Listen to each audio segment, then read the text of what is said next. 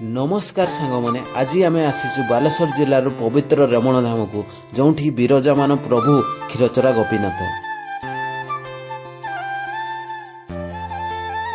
कुहाଯାଏ। ଏହି प्राचीन मंदिर इतिहास गंगन वंशी राजा लांगुल नरसिंह देवंकर शासन कालर सह जड़ित। प्रभु गोपीनाथंकर चित्रकूटर रेमण को आसवा सह तांको नाम जड़ित बोली परंपरा रे कुहाଯାଏ।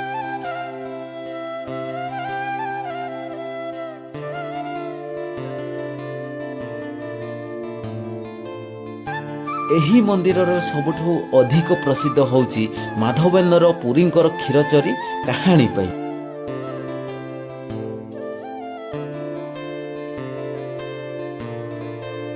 ଭକ୍ତି ପରମ୍ପରା ଅନୁସାରେ ମାଧବେନ୍ଦ୍ର ପୁରୀଙ୍କର ଭକ୍ତିରେ ପ୍ରସନ୍ନ ହୋଇ ପ୍ରଭୁ ଗୋପୀନାଥ ତାଙ୍କ ପାଇଁ କ୍ଷୀର ରଖିଥିଲେ। ସେହି ଘଟଣା ପରେ ପ୍ରଭୁଙ୍କ ନାମ ହେଲା କ୍ଷୀରଚୋରା ଗୋପୀନାଥ। ସାଙ୍ଗମାନେ ରେମୁଣା ଆସିଥିଲେ ପ୍ରଭୁଙ୍କ ଦର୍ଶନ ସହ ଏକାକାର ପ୍ରସିଦ୍ଧ କ୍ଷୀରପ୍ରସାଦର ନିଶ୍ଚୟ ମନେ ରହିବ।